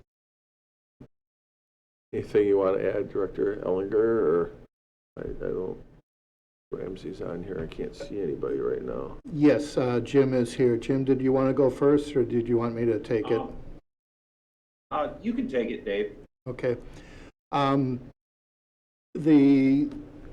the Wisconsin statutes, the Library Council has total control of all funds that go into, or all monies that go into their fund. But they've had about, on average, $250,000 in this special fund for more than a decade. I asked the council to make a motion saying what they want to save the monies for. They intend to use it for a future library expansion of some sort or acquisition. And I also requested that they affirm that reservation every 3 years, just so that it doesn't get lost in the shuffle like it could potentially do. Anything you wanted to add, Jim? No, that pretty much covers it. Just to emphasize that this is the library special gift fund, so this is not the operating fund. That's Fund 217. I'm sorry, Fund 215. This is Fund 217, the library special gift fund. So this includes, this is where we take in donations, bequests, gifts, grants, things like that. Most of those monies that we take in are designated for a specific purpose and then are spent on that purpose, usually for library collections or for programs. But we do, accumulate a bit of a fund balance from time to time due to interest and just due to unspent funds. So Dave had suggested that we make this official and that we put it in writing that is what the library board intends to use those funds for at some future time. All right. Thank you, Director Ramsey. Any questions or comments? Hearing none, all in favor say aye. Aye. Aye. And any opposed? That motion carries. R-186, that one's from Plan Commission, Alderperson Caravello. This is R-186 of 2023, a resolution by the Common Council of the City of Stoughton conditionally approving the final condo plat for Lot 6 at 51 West Development. Is there a second? Second. Second by Alderperson Butler. Alderperson Caravello. And this is to approve the creation of 20 20 duplex condo units in the 51 West subdivision at essentially the corner of Oak Opening and Wild Goose Way. All right, thank you. Anything you want to add, Director Shield? The preliminary plat was already acted on by the council and recommended approval. There's no conditions that were appropriate to add to this condominium plat, as we saw. All right, I was out there and looked at one this weekend. Not ready to move there, but the model's almost completed, so they're looking pretty nice. Any questions or comments? Hearing none, all in favor say aye. Aye. Aye. And any opposed? None opposed, that motion carries. The next two items are first readings from Public Safety. Alderperson Jensen. All right, thank you, Your Honor. Public Safety would like to present Ordinance 31, 2023, amending Ordinance Chapter 70-176 by creating subsection 91, parking prohibited at all times, Oak Opening Drive south from Rutland Dunn Town Line Road to the south plat line of the 51 West development. And this is the first reading. All right, thank you. Director Shield. I was just going to highlight the pictures between these two ordinances are flip-flops. So when you look at the 31, it's actually got the Lincoln Avenue pictures, but the 32 one has the Oak Opening There one. it is. And actually the picture there, I just wanted to describe for part of the reason for this request was the fact that we've got traffic calming islands in a number of locations. We've got stormwater management ponds where parking wouldn't be likely to be positioned on the southern portion of it. And the whole east side of Oak Opening, or the left side of the screen, is actually commercial lands. So at this point, before there's development occurring, we thought it was appropriate to mark this area as no parking. All right, the chief is nodding his head. Do you have anything you want to add? Are you good?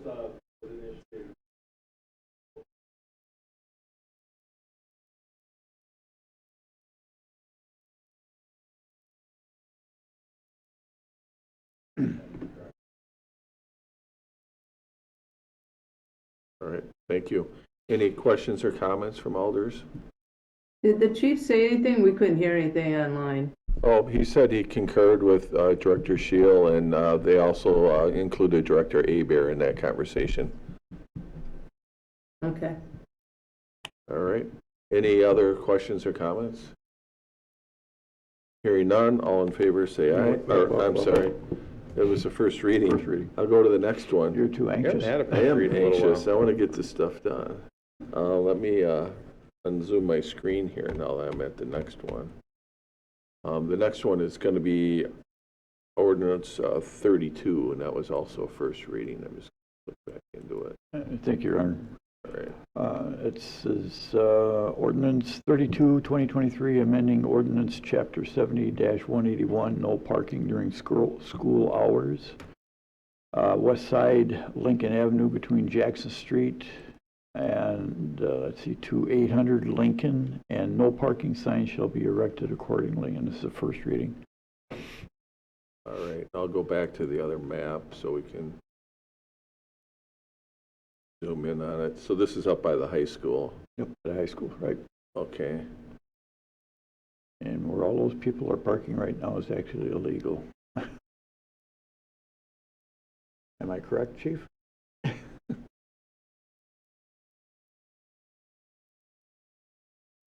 This makes it legal.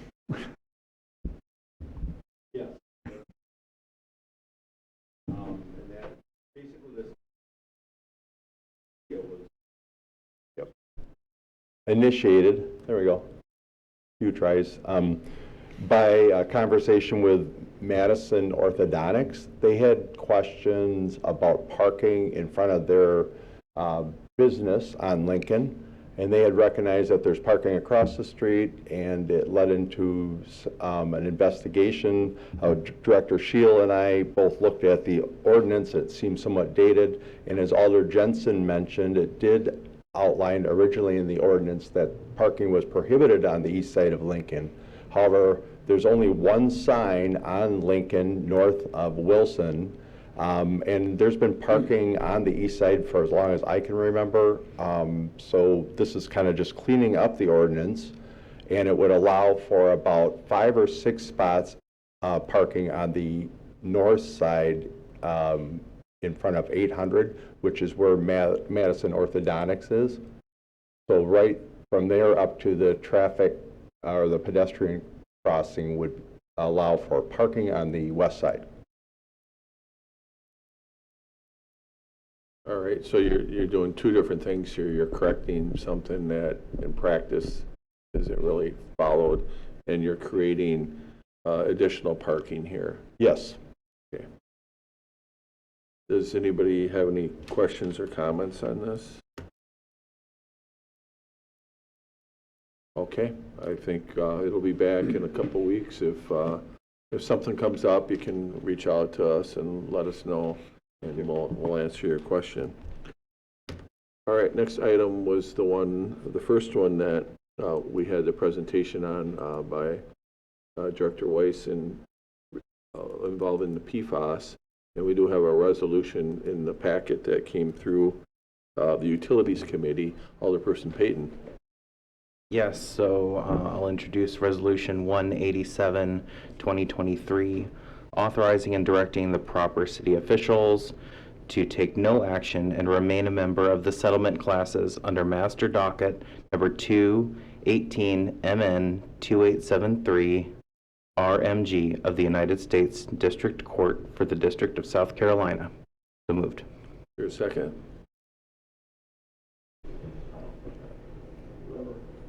Second. Okay, second by President Hirsch. Alderperson Payton, did you want to elaborate on this one? Yeah, so Jill spoke to us earlier with her presentation. We deliberated quite a while about details on it at Utilities Committee. We'd happy to go into more questions and comments about that. And I think that overall the committee approved it 5-2. There were some dissent. So if you have questions about the dissent, we'd be happy to talk about it. Jill, if you have anything else you'd like to add, you're welcome to come up to the podium or answer any questions people have. Yep. And I know that Attorney Matthew did some work on it too, so he's going to weigh in as well. I think one item that maybe I didn't highlight the most is I don't know what long-term the wherewithal is for these companies. I think that's my biggest concern is that, if we don't take these dollars now, there may not be a company to sue. Now, and we don't really know, again, we don't know what our PFAS is going to look like in 50 years. But my feelings is we would have these dollars now, we could set them aside, and that's something that we would look if this was the direction of actually staying in the settlement, is to bring back before City Council to actually create a mechanism for us to actually set these dollars aside within the water utility, but then also directly earmark them for PFAS or some other emerging chemical. For all we know is maybe in 20 years, there may be an actual way to address this in a way that we don't have today. So maybe it won't be as cost prohibitive as it is today, but it actually may be more expensive. We don't really know, but I want to be able to say that if if the council does want to move forward, that we have these monies set aside for this use specifically, or if there's some other emerging chemical or contaminant that we need to address. Yeah, and it gets to the old joke that, if you have 2 attorneys, you get 3 answers. So, right? But I know both of you worked on this, especially Rick, so I want to give him an opportunity to give his position on it. Yeah, and Jill did an excellent job of sort of explaining this the difficult decision before you all tonight. I just figured I would add just a little bit more legalese maybe to the conversation. So just so you understand what you'd be sort of giving up by staying in the settlement agreement, this is a very broad waiver for liability for 3M and DuPont. We had our litigators in our firm take a look at it and said it was the broadest waiver that they've ever seen. So it's specific to your drinking water facility, so it's not wastewater or things like that, but you would be waiving liability against 3M for any sort of liability regarding PFAS in your drinking water system. Not only that, but if they were to acquire another company, you'd be basically waiving liability against that company that they acquired. So it's very broad, to sort of emphasize that point. And, you know, we've been monitoring what other communities have been doing. It's honestly very split. There's a city like Madison, they're staying in, but there are other cities across Wisconsin that are starting to opt out. I'd say it's almost like split 50-50 based on the emails that I've been seeing about it. As far as, you know, our recommendation, we haven't drawn any bright line rules for a situation like the city is in. So if you didn't have any detectable amounts of PFAS in your water system, we feel very confident that it makes sense to opt out at that point. If you do have levels of PFAS in your system, then for the city's at right now, that makes a much tougher call, especially because we're sort of in a infancy area of regulating PFAS. I mean, it's sort of been on people's radar for the last 5 years. So there are thousands of different types of PFAS. I think there are something like 30 some that have been identified as hazardous. So we don't know what future testing will do. We don't know what these other compounds are like. So there's just so many unknowns. But unfortunately, given the timelines that the district court has set for the city deciding whether it wants to stay in or opt out, we have to make very quick decisions. And, you know, Jill has a very good understanding of this issue. I don't have a firm recommendation one way or the other. I was asked very pointedly during the committee meeting what my thoughts were, and it's a very difficult decision. And just given the city's circumstances, I don't have a firm recommendation one way or the other. Matt? I would just add a little because I've been on the periphery of some of these discussions. So, Jill, my assumption is, given your recommendation, that you have in fact a plan to pursue the steps that you would need to pursue to obtain funds under the settlement agreement. That's correct. Yeah. Mm-hmm. And to me, when you look at the communities that are opting to stay in and those that are opting to stay out, what I'm seeing is, as Rick said, if there are communities that have done some testing and haven't found anything and have no intent to pursue any funds, then there's no reason for them to stay in because they get no benefit. They're not going to end up with any money, but if they stay in, they're going to be signing off on that waiver. And so if you're a community that says, like, as far as we know, we have no PFAS and we're not pursuing the money, but we'll stay in, we'll get nothing, and we'll be releasing them from any claim, obviously that would make no sense. So the communities that are in that position are opting out, I think many of them.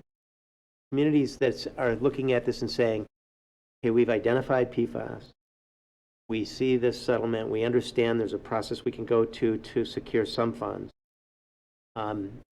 As Rick said, then they're in a position where what I'm hearing from Jill is, well, let's get what we can now because there may not be any later, is what I'm hearing. And I think that's how many communities are approaching this. The other thing I'll add, which I don't know if anyone's mentioned yet tonight, but as I understand it, there's an envelope that's sitting in the courthouse that says if X number of communities opt out, this whole settlement goes away. And lots of communities are opting out. And so it may be that you'll opt to stay in, but there will be enough communities around the country who don't stay in so that this whole thing will just, the settlement will fall apart because not enough communities stayed in. And you will have done all this work and Jill will have spent countless hours trying to figure out what to do, and it could go away. That's all I have. Yeah, and I think the other thing I heard is if we had a known source, that would be, you know, if we had a plant that was producing a product that we knew was contributing and potentially would get in our water, that might be one story, but I don't think that's what we have here, right? From everything we can tell, I mean, even with the well that actually we have any kind of detect, we were a little surprised about the location. It's actually the one up Virgin Lake on Roby. You know, really expected that may to be, you know, another well kind of closer to the Superfund site. You know, there's not anything that we can point to or have any idea why this would be, have this level. Fortunately, it's still below 4 parts per trillion. We do believe, though, that this is going to be like lead, that there is no safe level, that at some point regulation will continue to, taper down, and we will do some treatment at some point in time. I'm hopeful at that point in time that treatment, though, is, relatively nominal in expense. But right now we're not there. There is some technology out there that I just saw, supercritical heating of the water, and they're able to remove the PFAS. Is that really a marketable thing for? Yes. I mean, they're saying they're using it for other uses right now, but they're kind of looking at other ways in which they can, activated carbon filters is one way in which they're doing it. But based on the levels that we have, there's no point source that we can really attribute to. And I think Matt made a very good point, is there's a number of communities that we do know that are opting out, but it's because they have no detects. And so at this point in time, they're kind of gambling a bit, because if they do have detects, if they have sampled and have detects by 2030, they still would be, if they stayed in, they still would be eligible for dollars. So I think there's kind of some hedging with what you know today to try to make good choices for the long term. Yeah, and I think the other thing that we discussed was, in the grand scheme of things, it's not a lot of money, but I think you have a plan for the money. Yes, short term, it isn't a lot of money in the big picture of what the treatment really looks like. But I think if we set this money aside, we invest it specific for the purpose of PFAS, or in case PFAS ends up being something that's easily treatable, and we have some other contaminant that comes along that requires that there's some direction at that point in time to use these monies. But I want to set these aside so they're not used in some other way, that we've at least got some monies to start saying, okay, we're now at the point where we need to treat for PFAS. At least we've got these dollars set aside, so we've got that planning time to be able to really probably borrow a lot more monies for that. And at one point, I just want to reemphasize that Jill made in her initial presentation was, if the city does opt out, and let's say it does want to go after a manufacturer at some point in the future, if it's not part of a class action, you do have to sort of prove the point source of it, and that's going to be a difficult burden to bear. I just saw a case in Ohio where basically it was dismissed because they'd made these allegations against PFAS companies, but couldn't prove that their injuries were actually caused by those alleged companies. So here, you don't know what your point source is, but presumably it's from 3M and DuPont because they're the biggest manufacturers, but actually proving that in a court of law could be difficult. Now, again, Jill did say there could be future class action lawsuits, and the city could be a part of those, and maybe there are future settlements. At that point, you're at the back of the line for these payments. So here you're getting money on a faster timeline, presumably. So that's just another part of the calculus here. And again, not an easy decision by any means, and we're all sort of working with limited information at this point. One thing I'd like to note too, before 2030, if we do actually end up doing sampling and we end up with PFAS in another well, or if our levels, continue to climb, we are eligible, assuming that the whole settlement continues to move forward as it's proposed, will receive additional dollars. Flow-wise, who knows what that would look like, but there's at least that possibility to 2030. All right. Alderperson Schumacher. I just had one question in your presentation. The well that had tested with some residual that was in there, I think it was well 3, is that well 4? And you had DNR doing the testing on that. Were they doing their own internal testing on that? They actually had us take the samples, and because of the potential, because this is so widely used in every product that's out there, our water system supervisor actually quarantined himself for 2 days. Didn't get fast food. He didn't use deodorant. He was very careful about all of the things that he might have come into contact with, because there's a lot of thought that you can cross-contaminate basically a sample just by your own, that you had McDonald's that day and had the wrapper, or maybe it was, from your deodorant or otherwise. So we do try to take very good care to make sure that we're not adding potential PFAS contamination with that sampling. It's notoriously difficult to sample them. But the DNR was doing the testing in their own labs. That's a great question. I believe that they were done through the State Lab of Hygiene. I believe Okay, that that's where they that's ultimately where I said. assumed Yeah. it was. Mhm. It would be, I mean, I don't know what, or they weren't doing, these were free of charge These were- testings, weren't they? Yes, because we hit the timing. We didn't want to, there was a lot of questions about PFAS. Our concern with sampling too early is, what do we tell the public? So if it comes back with something without regulation, it's hard to say, is that good or bad or okay or not? So we waited as soon as they came out with the regulation that they were proposing but hadn't actually made it to law, the 70 parts per trillion.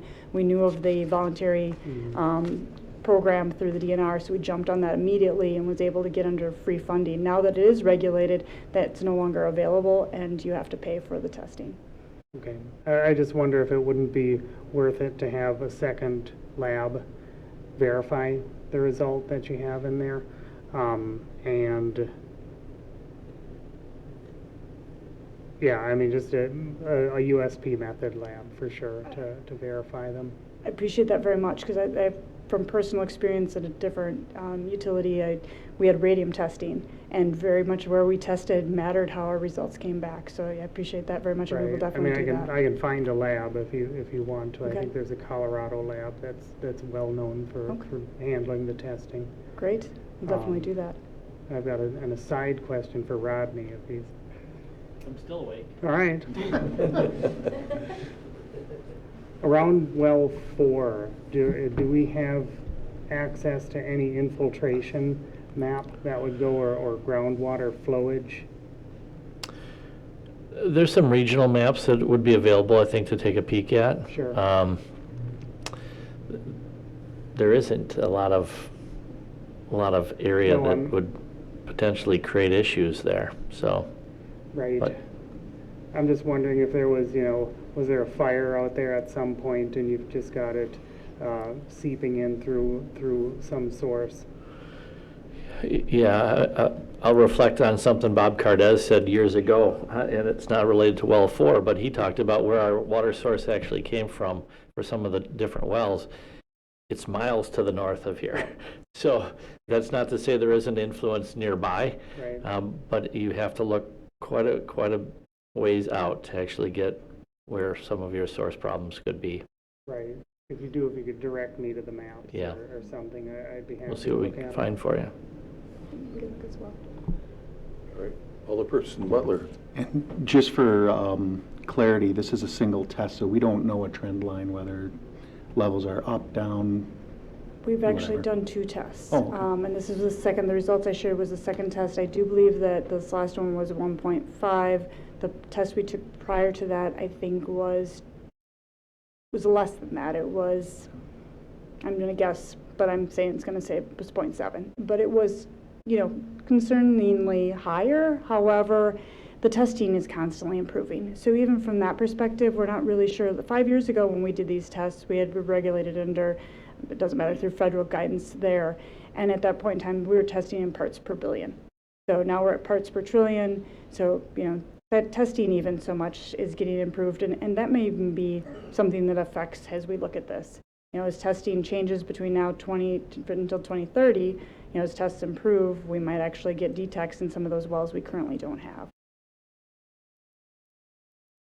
All right, any other questions or Alderperson Payton? And the last thing that I'll say on this was, I do want to vocalize the opinions who were against, who wanted to opt out. Myself and another member essentially weighed, in our opinions, the liability, the waiver that was being considered and signed on to is such a broad and huge, far-reaching decision that PFAS is going to be around for a long time, and I want to be able to take care of it, and I want to be able to do every mitigation possible. And who knows, again, it's the other side of the coin of the unseen and unknown future, is do we want to tie our backs with the ability, or tie our hands behind our back from the ability of taking action and then giving these monstrous companies, the size, humongous companies, whether they're here or not, the ability to just claim the waiver out of the settlement. We weren't comfortable with that. I think understanding that There was a lot of talk about a bird in the hand is better than two in the bush. But I think those two birds in the bush are a little scary. So I don't want to have to, in our opinion, if I can speak to for the other member as well, our opinion was it's not worth the minimal amount that we'd get now, even if it scales up to a good investment. But that's us going with what we believe is right. All right, thank you for sharing that. And I think the reason it's on here tonight is because there is a deadline. Correct. I think it's December 4th is our deadline, so we basically have to, if we're going to opt out, we've got to do that before that date. And then once actually, if we're opted in, then there's a process in which we have to file some papers to be able to ultimately see those monies. But we figure those monies will come in increments. Yeah, the deadline's December 4th for DuPont and December 11th for 3M. So they have to receive those documents by those dates. So if you opt out today, we have to basically get everything signed and sent in immediately. President Hirsch? Yeah, thank you. I just wanted to go on Alderperson Payton's comments too. I mean, I voted to stay in just because when talking about this, one, I guess it is better to have some money than no money, because one, if this suit goes through, we don't know if 3M and DuPont are actually going to claim bankruptcy, and then that would, not allow anybody class action suit in the future. And the other thing is that when we were talking about, and remind me if I'm correct, Rick, that if DuPont and 3M start buying up the other PFAS companies that are going to have suits, if we, opt out and we want to sue one of them, but they're now acquired by DuPont and 3M, that is not going to be possible either. So there was so many, it's an ugly situation. It doesn't pass the smell test or good business sense at all. It's actually pretty crappy that we have to be put into this position of trying that, but we kept on thinking, okay, if we don't opt in, are we going to have any money to actually go after this themselves? I mean, just think about all the legal expenses, and even if there's a class action suit, would we have to pay more to opt in the future? That might be a wash of getting anything. I mean, it's all these unknowns, and it's very uncomfortable. Like Jill and both Alderperson Payton said, it's a crappy decision. And so good luck, people, trying to figure out what you want to do. All right, I have Alderperson Legaki and then Payton. Thank you, and sorry about my computer unmuting before. Just a question perhaps for Jill.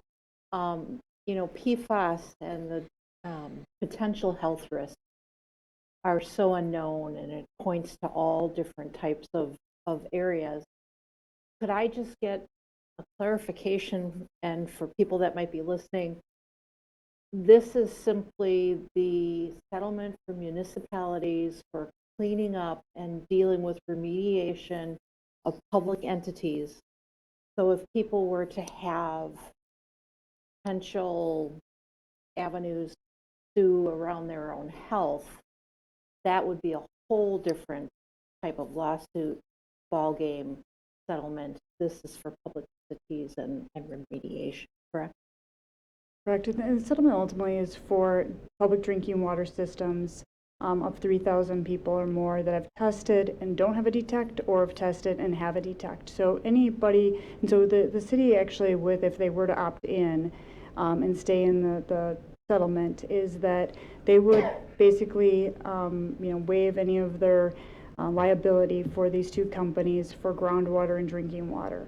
But for anything else, claims that the city may have or any private entity may have, they also still have the right to claim. There are a group, I know, near La Crosse of a lot of private well owners that they are pursuing their own litigation because they actually don't qualify under this. I mean, there's a number of entities between firefighters. I mean, there's a tremendous amount of different people right now because of these chemicals are used in everything. So there's definitely a lot of lawsuits occurring right now. So it would definitely, to your question though, it wouldn't prohibit them from pursuing any litigation on their own. Thank you, Jill. Alderperson Payton. Okay, this is the last thing I'm going to say.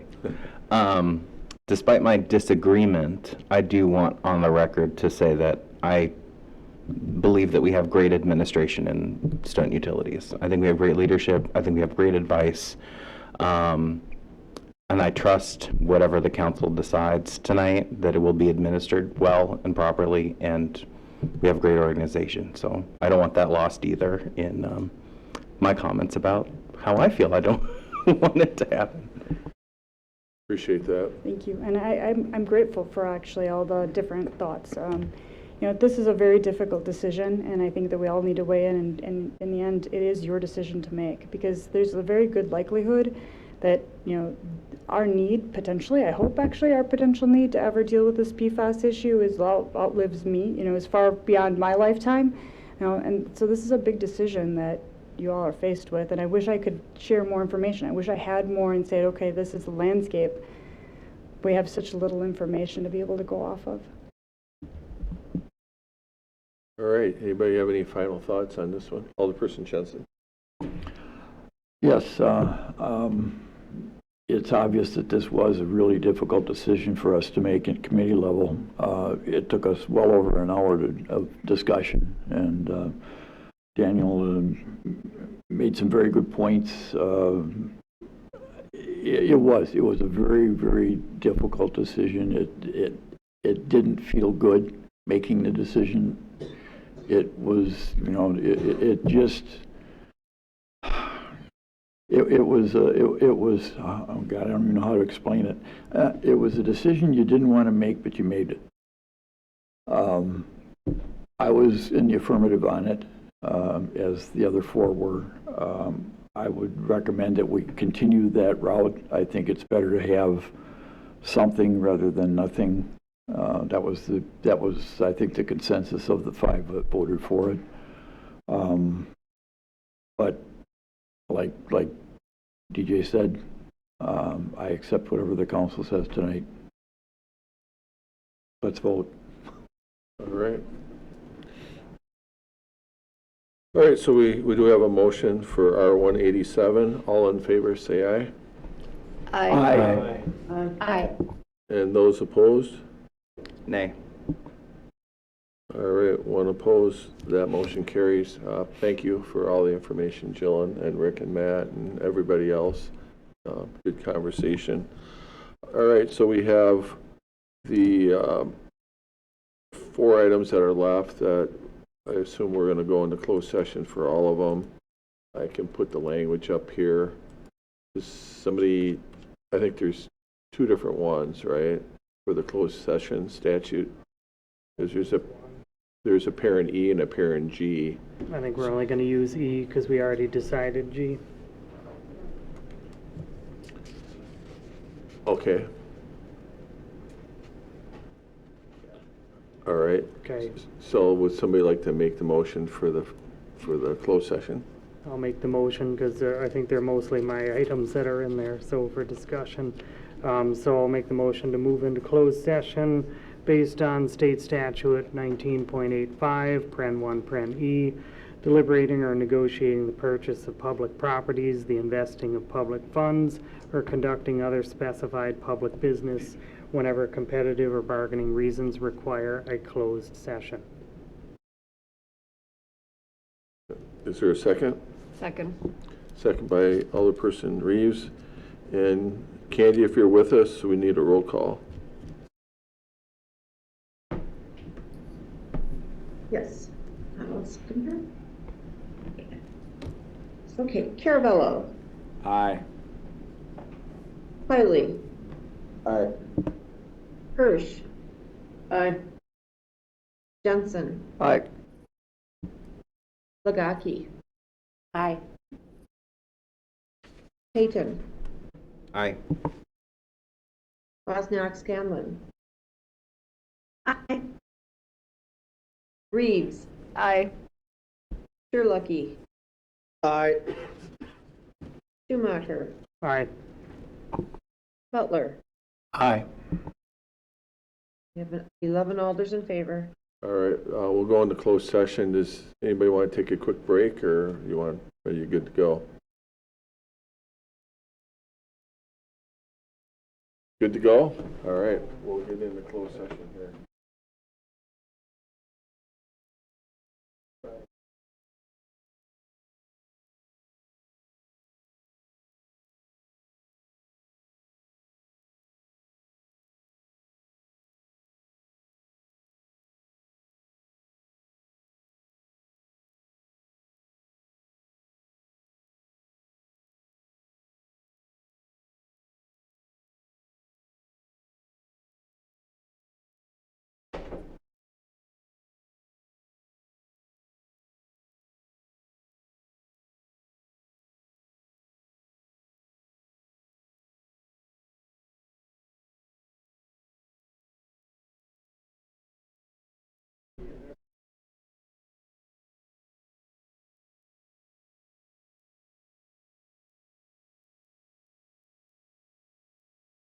Yeah.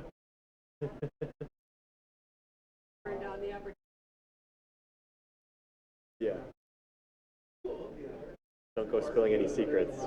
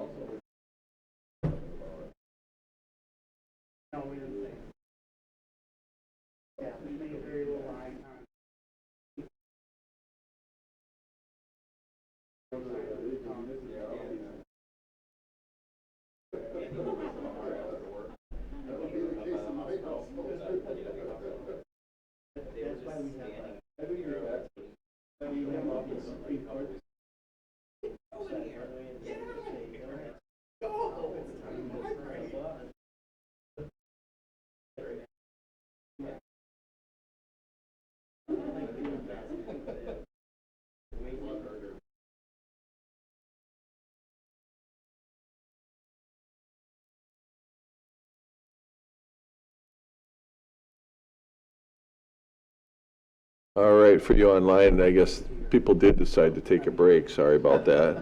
but I think everybody's back. So we'll resume the conversation. We're going to start out with 211